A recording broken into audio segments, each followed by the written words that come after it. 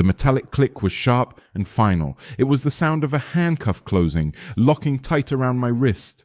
It's a sound I'd heard 1,000 times before, but always from the other side, never like this, not in the middle of my own driveway, with the afternoon sun warming the asphalt and the smell of my wife's roses hanging in the air. "There," the man in front of me grunted, his voice thick with a smug satisfaction he hadn't earned. "That's how you get compliance." He was built like a bulldog, poured into a cheap navy blue uniform that strained at the seams. A stitched patch on his chest read, "Aegis Security." His partner, a thinner man with the nervous energy of a weasel, hovered nearby, hand fidgeting near his sidearm. I said nothing. I let the silence hang in the air. I watched the bulldog's chest puff out. I saw the way the weasel couldn't keep his eyes still. They were amateurs, playing dress-up in a world they didn't understand. They were basking in a moment of power they thought they controlled. They were making a fatal mistake. My pulse was a steady, rhythmic drum. My breathing, slow and controlled. On the outside, I was their prisoner, but on the inside, I was working. Observing their posture, their gear, their overconfidence, I was letting them dig their own hole. "You are in violation of Ordinance 7B, Section C," the bulldog announced, pulling a notepad from his pocket like it gave him authority. "Failure to comply with a direct order from a sanctioned enforcement agent." "Sanctioned by whom?" I asked, my voice deliberately calm. "Even?" He chuckled, a short, ugly sound. "The Homeowners Association, pal. The one you seem to think you're above." "That's strange," I replied, keeping my gaze locked on his. "I've met every person on this block. We don't have an HOA. A flicker of uncertainty crossed his face. It was there and gone in a second, but I saw it. He was following a script, and I had just fed him a line that wasn't on his page. He covered his confusion with aggression, a classic bully's tactic. "Doesn't matter what you think you know," he snapped. "We have our orders. Now, are you going to get in the vehicle, or are we going to have a bigger problem?" I looked past him, at my own front door. I thought of my wife, Aris, who would be home from her shift at the hospital soon. I thought of the quiet life I had tried to build here, a life away from the noise and the violence. These men had brought the noise and the violence to my doorstep. It was time for their lesson to begin. "My name," I said, my voice dropping low, cutting through the air like a razor, "is Justin Keene." I paused, letting them absorb the sound of it. "I am a United States Marshal." I watched the bulldog's smug expression begin to curdle. I saw the weasel's eyes go wide. "And you two," I finished, delivering the words like a judge passing sentence, "have just committed a federal felony by assaulting a federal officer." The bulldog's brain seemed to short-circuit. He just blinked, his mouth half open. The bravado he'd worn like a suit of armor moments ago was gone, replaced by a dumb, slack-jawed confusion. That's when the third car appeared. It wasn't a beat-up sedan like theirs. It was a long black German sedan that slid to the curb with the silent, predatory grace of a shark. The windows were tinted to an impenetrable black. It didn't belong on this quiet suburban street. It radiated a level of cold, professional menace that made the two men in front of me look like children. My own senses went on high alert. This wasn't a random patrol. This was coordinated.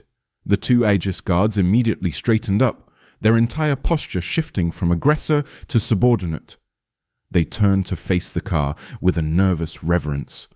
The rear door opened. A single polished Italian leather shoe met the pavement.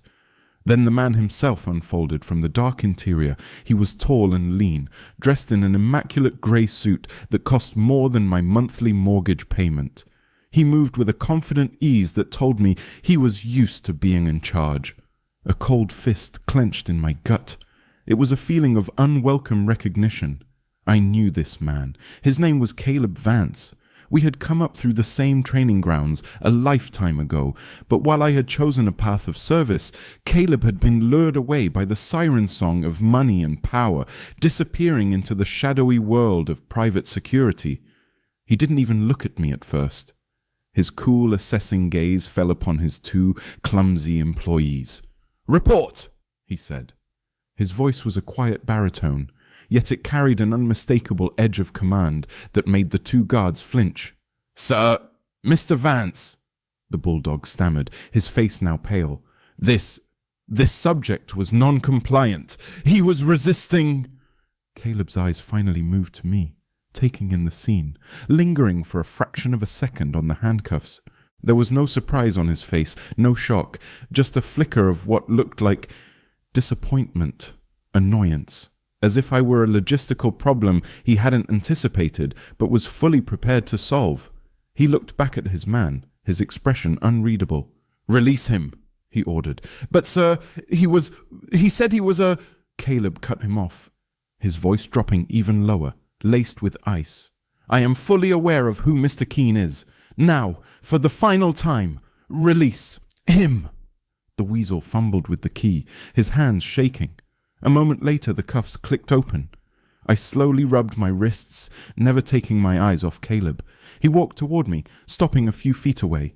The air between us was thick with unspoken history. "Keene," he said, a ghost of a smile touching his lips. It didn't reach his eyes. "Of all the quiet streets in all the quiet towns, you just had to choose this one." And in that instant, everything became crystal clear. The light bulb in my head didn't just turn on. It exploded. This wasn't a mistake. This wasn't a random patrol or an overzealous HOA. The uniforms, the fake ordnance, the confrontation. It was all theater. It was a deliberate probe, a message, and it had been sent directly to me. The black sedan disappeared around the corner with the silence of a phantom, leaving only the scent of its rich exhaust hanging in the air. The two Aegis clowns scrambled back into their own sad-looking car and scurried away like cockroaches when the lights come on. The street fell quiet again, deceptively so. The birds started singing again. A sprinkler across the street clicked on, its rhythmic spray a sound of suburban normalcy, but the peace was a lie. The sanctuary had been breached. My mind was already racing, categorizing the encounter, processing the implications. Caleb Vance.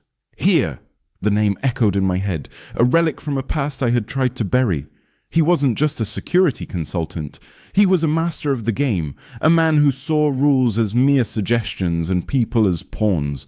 And his presence here meant this was no random act of intimidation. This was the opening move in a war I didn't even know I was fighting.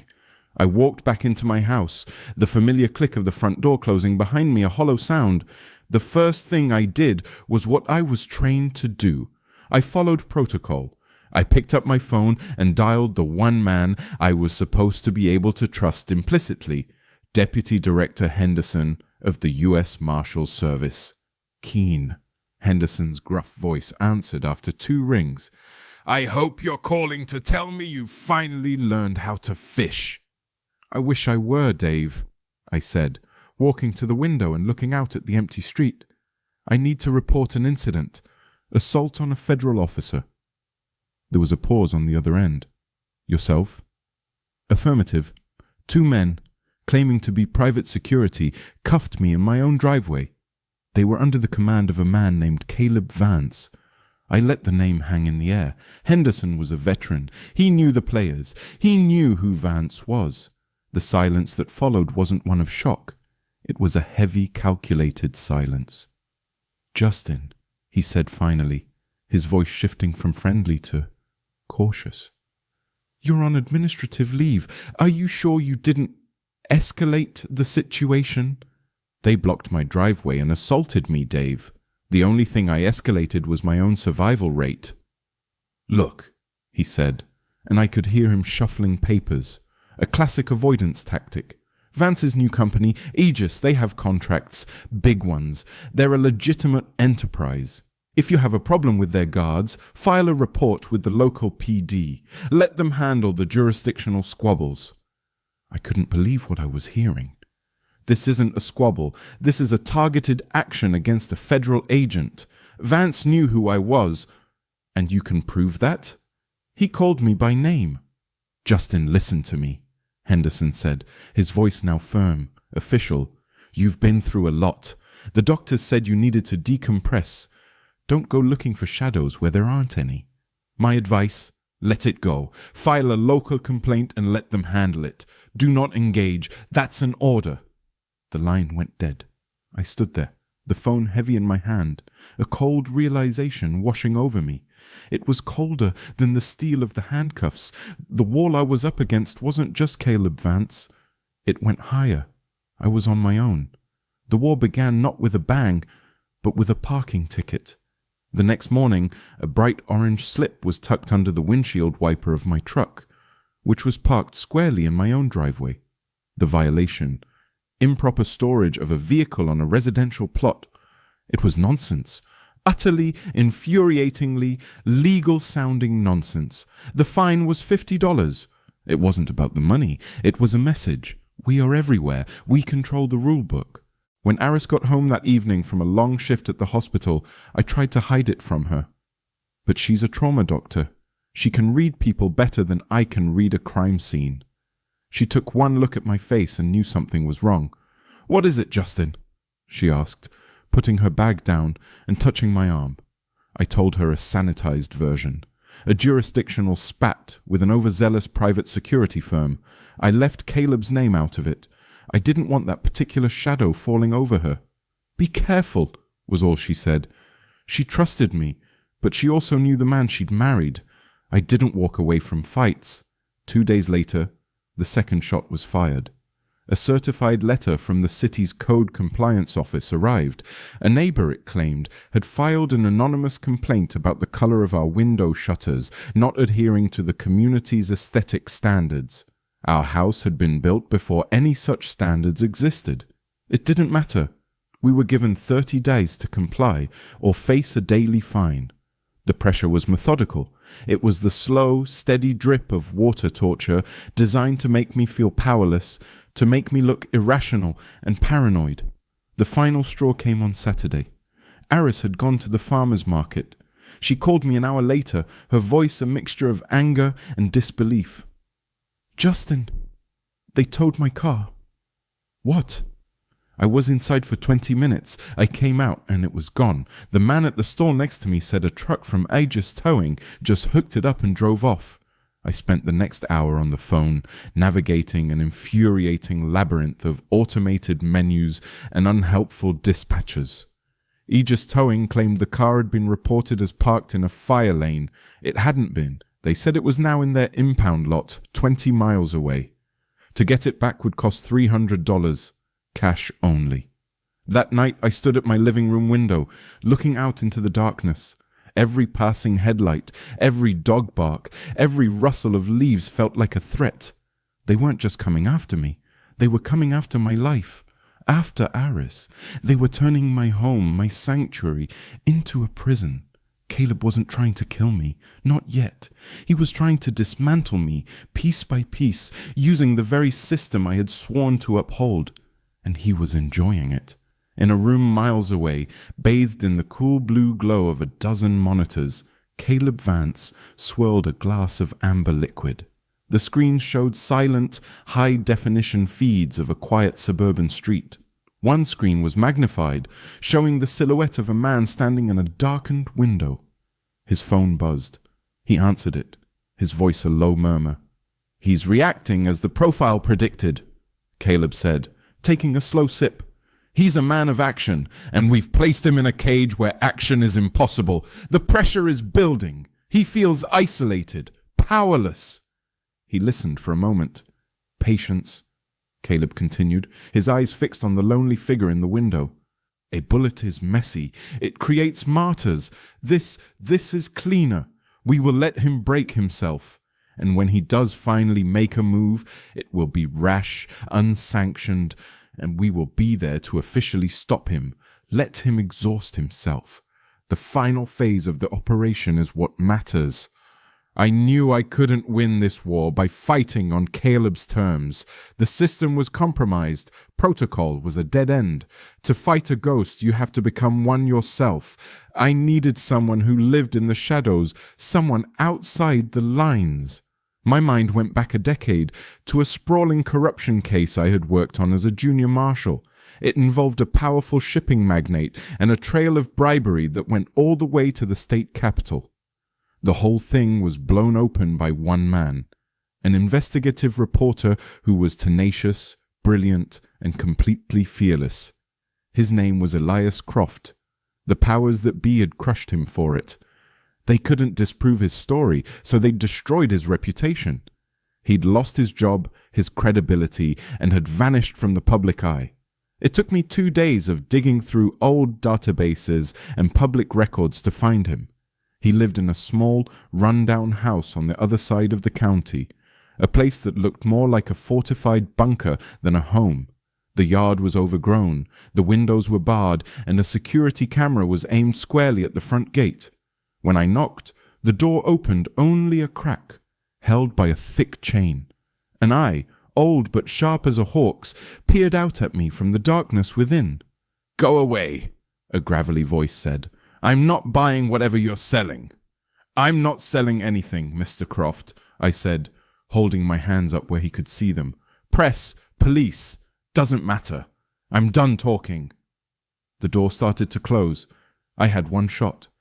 "It's about Aegis security," I said quickly, "and a man named Caleb Vance." The door stopped moving.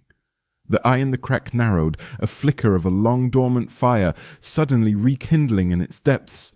The chain rattled and the door swung open. Elias Croft stood there, a man who looked like he'd been carved out of old leather and cynicism. He was holding a well-oiled shotgun. He lowered it slowly. "Aegis," he rasped, the name sounding like a curse on his lips. "You, my friend, have kicked a nest of very angry, very powerful hornets." He stepped back, gesturing with the barrel of the shotgun. "Get in here, Marshal," he said, his voice now a low, urgent hum. "It seems we have a great deal to talk about." The heavy oak door closed behind me with a definitive thud, shutting out the quiet suburban world and plunging me into another one entirely. Elias Croft's home was not a house. It was an archive, a fortress of information. Stacks of yellowed newspapers and meticulously organized file boxes lined every wall. A massive corkboard was covered in a spiderweb of maps, photographs, and clippings, all connected by a dizzying maze of red string. This was the den of a man who didn't just follow a story. He consumed it. "Coffee?" Elias asked, his shotgun now resting comfortably in the crook of his arm. "No, thanks," I said, my eyes still scanning the board. "I think my adrenaline level is high enough for now. You've been tracking Aegis for a while." It wasn't a question. "Aegis is just the latest skin the snake is wearing," Elias rasped, moving toward a cluttered desk. He gestured to a specific section of the board, a cluster of corporate logos all linked to one shadowy holding company. Before Aegis, it was Viridian Strategic Solutions. Before that, Patriot Global Security. Different names, same beast. They're a private intelligence and enforcement agency for the 1%. They don't just provide security, they solve problems.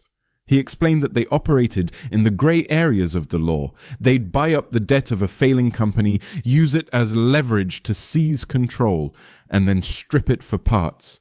They'd use sophisticated digital warfare to ruin a competitor's reputation. They were corporate privateers, and Caleb Vance was their captain. "I could never prove it, though," Elias said, his voice laced with the frustration of a decades-long hunt. "They're insulated by layers of shell companies and high-priced lawyers. To get to the king, you need proof of the soldier's dirty work. You, Marshal, are the first real proof I've had in years." "They're doing more than just harassing me, Elias. This is coordinated. It feels military." "Because it is," he said, pulling a folded map from a drawer. He spread it on the desk. It was a logistics chart. "I've been tracking their supply chain. Most of it makes sense. Guard uniforms, vehicles, standard gear. But there's one anomaly. He pointed a gnarled finger at a location on the industrial outskirts of the city. This place. A warehouse leased by a shell company called G&L Hauling. They receive massive shipments of construction materials, electronics, vehicles, but nothing ever ships out. It's a black hole. If I were a betting man, I'd say that's their command post, their staging ground. My gut tightened. This was it, a concrete lid. Let's go take a look. Elias looked me up and down. You're on leave and likely under surveillance. I'm a civilian. This isn't exactly a sanctioned operation. Caleb Vance cuffed me in my own driveway, and my superiors told me to let it go, I said, my voice hard. I've been off the book since the moment that black sedan pulled up. Are you in? A slow, wolfish grin spread across Elias's face. Marshal, he said, picking up a heavy jacket. I've been waiting for a night like this for a very long time. The G&L Hauling warehouse was a hulking, anonymous metal box in a forgotten part of the city. We watched it from a distance for 2 hours. No movement, no guards visible. It was either empty or they were very, very good. Time to find out which, I whispered, pulling on a pair of black gloves. Getting in was easier than it should have been. A blind spot in their camera coverage, a simple lock on a side door. My training took over, and within minutes we were inside, moving through the silent, dusty corridors. The air was stale. Still. Looks like we missed the party, Elias murmured, shining a flashlight into an empty office. No, I said, my senses on high alert. It's too clean, too quiet. It's staged. I pointed toward a large roll-up door at the end of the hall. There was no padlock on it. I put my shoulder to it and heaved. It groaned open a few feet. I slipped underneath, Elias following close behind, and we froze. My blood ran cold. The flashlight beam trembled in Elias's hand. It wasn't a warehouse full of boxes and forklifts. It was a movie set, a nightmare stage. Before us, under the dim emergency lights, was a full-scale, painstakingly detailed replica of a suburban block. My suburban block. There was a fake house with the same blue shutters as mine, another with the same oak tree as my neighbor's. Parked in front of one of them was a pickup truck, the exact same model and color as my own. Street signs bore the name of my street. It was a kill house, a rehearsal space. My God. They weren't just watching me. They were wargaming scenarios, practicing an assault. Justin! Elias breathed, his voice barely audible. What the hell is this? I walked forward, my feet crunching on the concrete floor, my mind struggling to process the sheer, terrifying audacity of it all. This was an operation on a scale I could barely fathom. This wasn't about intimidation anymore. This was about an invasion. We need to get out of here, Elias said, his voice urgent. But not before we take something with us. He pointed to a small, windowed office built into the corner of the warehouse floor. A single green light blinked from a computer terminal inside. While Elias stood watch, I went to work. The office was a command post. Maps, communication arrays, and a high-end server humming quietly. The desktop was password protected, but it was amateur level. Within minutes I had bypassed it and was staring at their files. I jammed a high-capacity flash drive into the USB port and initiated a full data transfer. As the progress bar crawled across the screen, Elias rifled through a filing cabinet. He pulled out a thick binder. Bingo, he whispered. Project Nightingale. He opened it on the desk. It was filled with dossiers on every single resident of my neighborhood. Financial records, personal habits, vehicle registrations, family members. They knew when we left for work, what time our kids came home from school. They had everything. Who's funding this, Elias? I asked, my eyes glued to the downloading files. The shell companies trace back to a holding group owned by one man, he said, his voice grim. An untouchable billionaire named Alistair Finch. He's into everything. Tech, defense, media.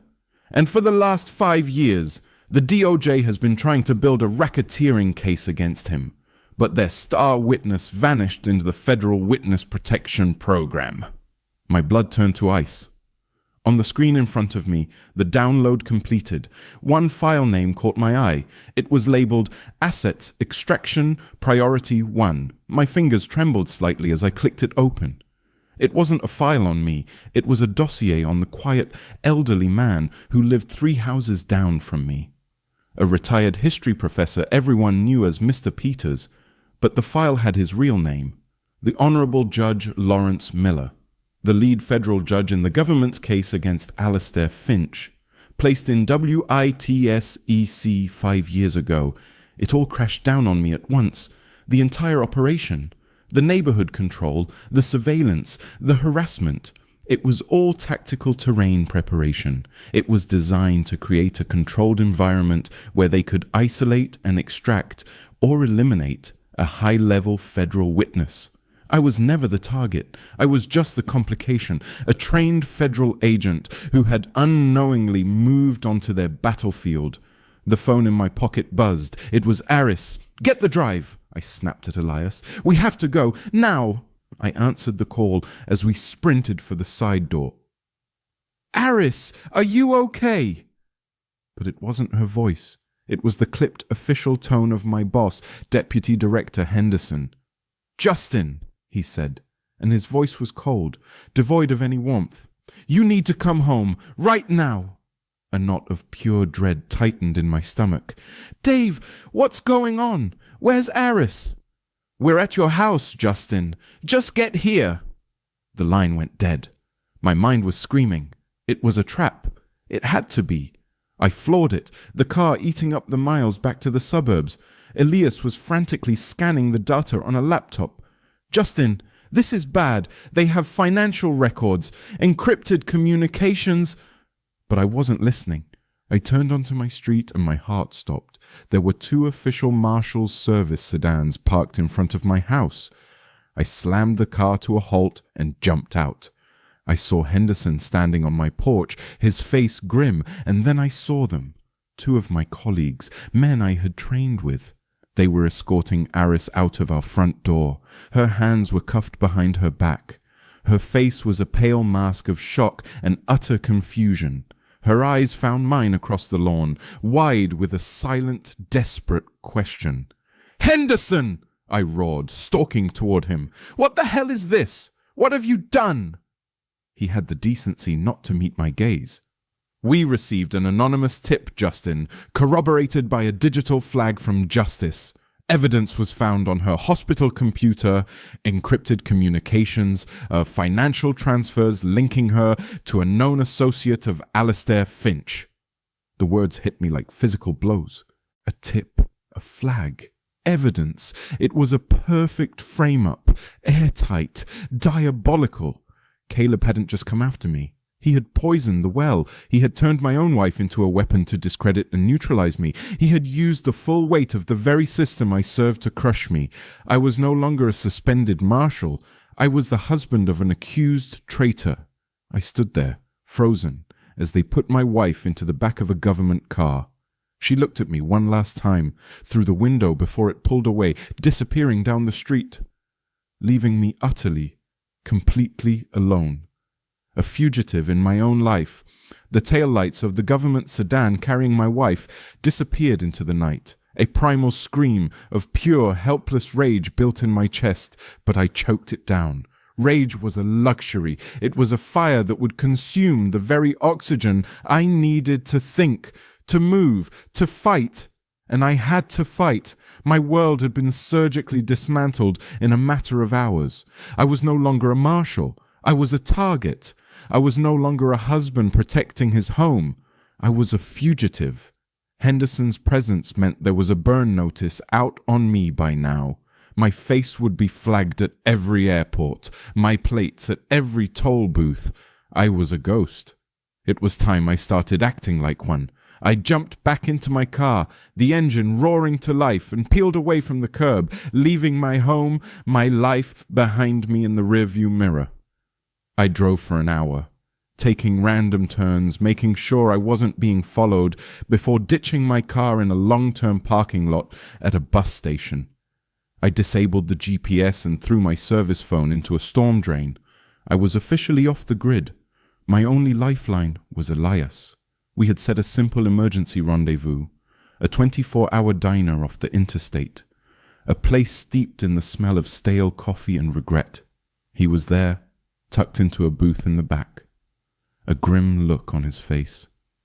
The data drive from the warehouse was plugged into a battered laptop. "It's bad, Justin," he said as I slid into the booth, his voice low. "The frame they built around Aris is a masterpiece of deception. Encrypted emails, offshore financial transfers, it's all fake, but it's forensically perfect. It would take a team of analysts months to unravel, and we don't have months." He turned the laptop toward me. "We don't even have until sunrise." On the screen was a document he'd decrypted from the drive. It was a project timeline from Aegis. A final phase, codenamed Nightingale's Song, was scheduled for tonight. The trigger was a planned citywide grid stress test, a power outage, a perfect cover. The execution time was set for 0200 hours. I looked at my watch. It was just past 11 p.m. We had less than 3 hours to stop a private army from kidnapping a federal judge, with the entire weight of the US government convinced I was a criminal conspirator. The odds weren't just long, they were non-existent. "Good," I said, a cold, hard resolve solidifying in my gut. I work best with non-existent odds. In a sterile, white-walled room, Dr. Aris Keene sat perfectly still, her hands resting calmly on the steel table. The two agents across from her, a man and a woman, had been questioning her for hours. They were following a script, alternating between feigned sympathy and overt accusation. They thought she was a civilian, a doctor, a wife. They thought she was fragile. They were wrong. As an ER doctor, she lived in a world of controlled chaos. She knew how to read the subtle signs of distress in a human body. A fluttering pulse, a sheen of sweat, the subtle tremor in a voice trying to feign confidence. And these agents were showing all of them. "This digital file you claim was on my computer," she said, her voice even and analytical. "The encryption is military grade, yet the access logs are surprisingly clumsy. It's almost as if someone wanted it to be found." The male agent leaned forward. "Are you suggesting the Department of Justice is fabricating evidence, Doctor?" "Keene?" "I'm suggesting that a perfect crime is a statistical impossibility," Aris replied, meeting his gaze without blinking. "And this narrative you've built is a little too perfect. You're good at your jobs, but the people who created this evidence, they're better. It should worry you that someone can manipulate your own system so easily." She wasn't trying to convince them of her innocence. She knew they were just cogs in a machine. She was doing what she did best, diagnosing a problem. And in doing so, she was stalling, creating friction, buying time. It was the only weapon she had, and she wielded it with the precision of a scalpel. Back in the diner, the coffee had gone cold. Elias and I were hunched over a paper map of my neighborhood, the data from the drive giving us a terrifyingly clear picture of Caleb's plan. He would have teams creating a perimeter, a primary assault team to breach the judge's house, and an extraction team ready to transport him. "We can't fight them head-on," Elias stated, his finger tracing the streets. "They have numbers, equipment, and the element of surprise." "Then we take away their element of surprise," I said. "We can't outfight them, so we have to outthink them. We can't stop their operation, but we can make it so chaotic, so messy, that it fails." A new plan began to form, born of desperation and fueled by rage.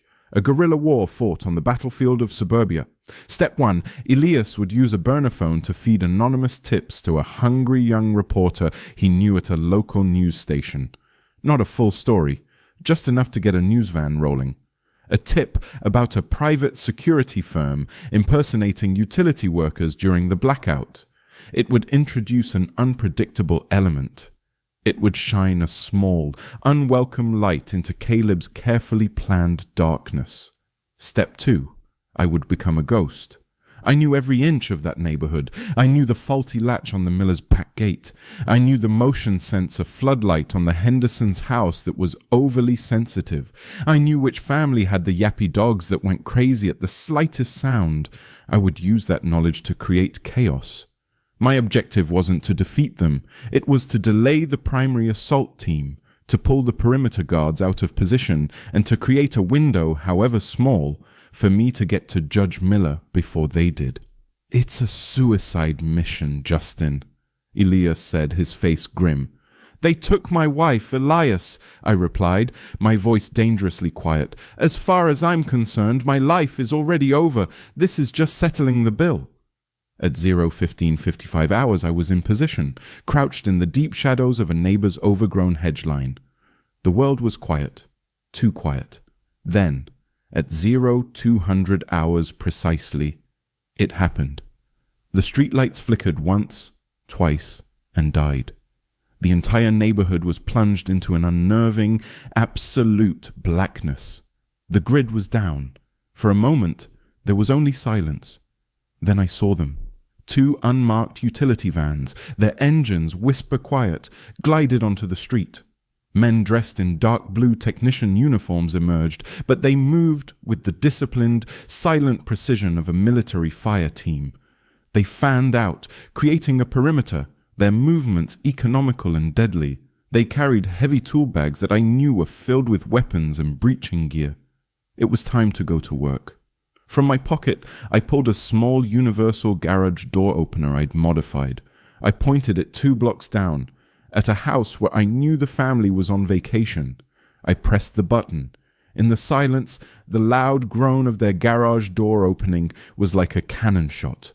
I saw 2 of the Aegis operatives break off and move quickly to investigate the sound. 1 diversion. Next, I moved through the backyards, a phantom in the dark. I navigated by memory, my feet silent on the soft grass. I reached the corner house and found the sprinkler control box. A few quick twists of the manual override and 4 high-powered sprinklers erupted, soaking the lawn and the street corner where another team was setting up. Their radio crackled with annoyed whispers as they were forced to reroute. 2 diversions. I kept moving, a ghost flitting between houses. I tossed a small rock against the window of the house with the 2 yappy terriers. As predicted, they exploded in a frenzy of high-pitched barks, creating another pocket of noise and confusion. The Aegis radio chatter was growing more frantic. "Command, we have multiple civilian disturbances. Perimeter is not secure. Unknown contact, Sector 3. I was the unknown contact. I was the chaos in their perfect machine. I was close now, across the street from Judge Miller's house. I could see Caleb's primary assault team, 4 men, including Caleb himself, at the front door. They weren't trying to pick the lock. They were using a sophisticated ultrasonic device to disable it from the inside. I was out of time for subtle diversions. I picked up a heavy landscaping rock from a garden bed, took a deep breath, and hurled it with all my might through the large bay window of the house next door to the judge's. The sound of shattering glass was catastrophic in the silence. Lights flashed on inside. A man yelled. It was the ultimate, undeniable disruption. Caleb's team froze, their heads whipping toward the sound. That was my window. I broke cover, sprinting across the dark lawn, my lungs burning. I vaulted the low fence into the judge's backyard, landing silently. I raced to the back door, praying Elias's intel was right. The latch was old. I hit it hard with my shoulder. The wood splintered. The door flew open. I was inside. I found Judge Miller in his study, a frail old man in a bathrobe, his face pale with terror. "Who are you?" he stammered. "U.S. Marshal. No time to explain. We have to move. Now!" I grabbed his arm and half dragged him down the hall towards the master bedroom. "Panic room! Where is it?" He pointed a trembling finger at a reinforced door hidden behind a bookshelf. I got him through the opening, just as I heard the crash of his front door being breached. "Get in the back and don't make a sound," I ordered. I was about to swing the heavy steel door shut when a figure appeared at the end of the hallway, framed against the faint light from the open front door. Caleb Vance. He raised his sidearm. I slammed my weight against the door. It began to close, heavy and final. Caleb lunged, a desperate, powerful move. He squeezed through the gap just as the magnetic lock engaged with a heavy, definitive thunk. The world went silent. We were locked inside. Me, the terrified judge huddled in the corner, and Caleb. The small, soundproofed room felt like a steel coffin. Caleb's pistol was knocked from his hand as he came through the door, clattering to the floor. My own weapon was still holstered. There was no room for a firefight here. There was only room for a brawl. He came at me with a guttural roar, no longer the calm, calculating executive, but a cornered animal. We crashed against the wall, the impact rattling my teeth. His fist caught me high on the cheekbone, and lights exploded behind my eyes. I answered with a driving knee to his midsection that made him grunt in pain. This wasn't a tactical engagement. It was a brutal, desperate fight for survival, fueled by years of bad blood and the raw fury of a man fighting for the last thing he had left. We slammed into the walls, a whirlwind of fists and elbows and curses in the suffocating silence of the safe room. The only witness a terrified old man who held the fate of a corporate empire in his hands. The air in the small, steel-lined room was thick and hot, smelling of sweat and desperation. Every ragged breath I took felt like swallowing fire. The fight was a blur of motion and impact, a desperate, ugly brawl in a soundproof box. Caleb was fueled by the rage of a king whose crown was slipping. He was stronger, and his weight was bearing down on me, his forearm pressing against my throat, pinning me to the wall. My vision began to swim in a sea of black spots. The world was narrowing to a single, roaring point of pressure. "This is how it ends, Keen!" he hissed, his face inches from mine, spittle flying. "No backup, no authority, just a man in a box, forgotten." He was right, but as my lungs screamed for air, my eyes darted past his shoulder and locked onto the panic room's control panel. A memory flashed in my mind, a line from the WITSEC briefing I'd read on Judge Miller. Failsafe system includes an independent solid-state audio-video archive. I saw it, a single, large red button under a clear plastic cover, labeled Emergency Archive.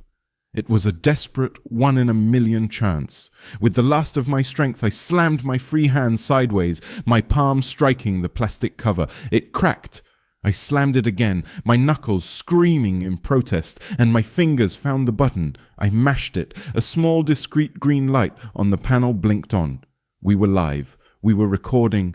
The knowledge gave me a surge of adrenaline. I needed him to talk. I needed the confession. "It's over! Caleb!" I rasped, forcing the words past the pressure on my throat. "Finch!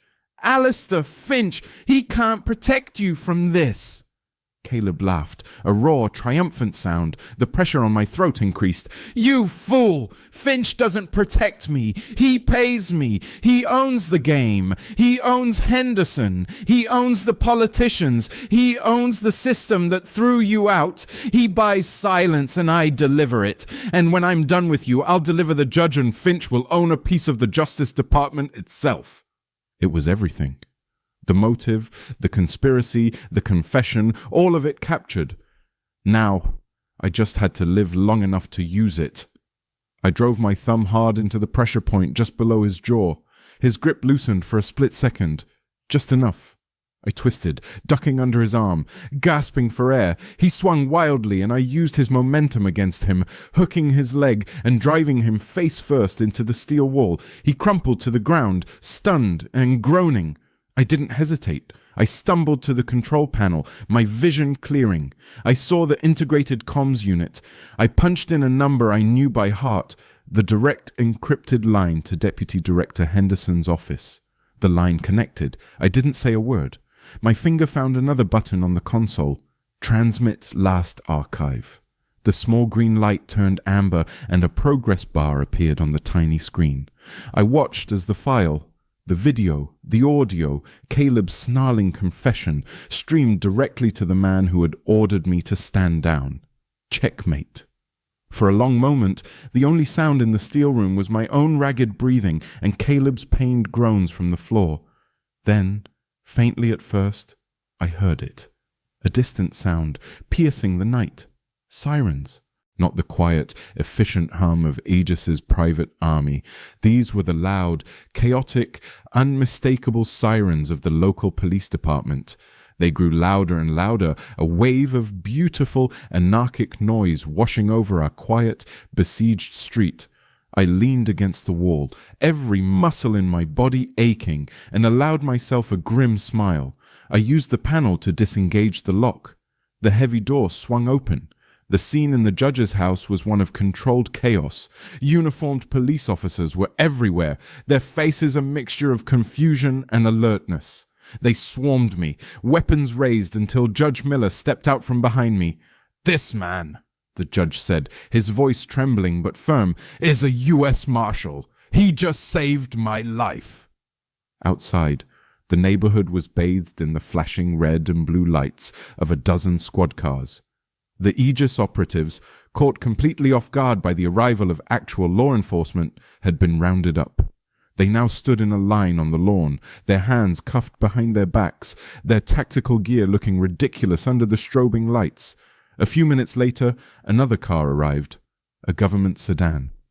Deputy Director Henderson stepped out, his face pale and drawn. He approached me, avoiding my eyes. The media vans, tipped off by Elias, were arriving now, their cameras like hungry eyes in the dark. "We received the transmission, Justin," Henderson said, his voice stiff and official. "The evidence is conclusive. Warrants are being issued for Alistair Finch as we speak." He finally looked at me, and I could see the bitter resentment of a man who'd been caught. "Dr. Keane is being released from custody. All charges are being dropped, with our deepest apologies." He didn't apologize for leaving me to die. He apologized for the paperwork. It was exactly what I expected. "Good," was all I said. I turned and walked away from him, toward the ambulance that had arrived for the judge, leaving Henderson to deal with the media circus and the fallout of the empire he had helped protect. 2 weeks later, the world was quiet again. The Saturday afternoon sun was warm on my back. The smell of grilling burgers hung in the air. In the yard, Aris was reading a book, her face relaxed, a genuine smile gracing her lips as she looked up and caught my eye. The story of Aegis Security and Alistair Finch had been the biggest news of the year, a sprawling tale of corporate espionage and corruption that Elias Croft was happily telling to the entire world. The charges against Aris had been expunged so thoroughly it was like they never existed. Henderson had taken an early retirement. Caleb Vance was facing a list of federal charges so long he would likely die in prison. Everything was back to normal. But I was different. I looked at the familiar houses, the green lawns, the children playing down the street. It was the same neighborhood, but I saw it through new eyes now. I saw the fragility of the peace. I understood that the walls we build to protect ourselves are only as strong as the people willing to stand on them. Aris walked over and put her hand on my shoulder, resting her head against my arm. "It's really over, isn't it?" she asked softly. I looked from her face to the home we had fought for, to the quiet horizon beyond. The rage was gone, replaced by a calm, steady watchfulness that I knew would never leave me. "Yes," I said, turning the burger on the grill. "It's over." But my eyes never stopped scanning the street.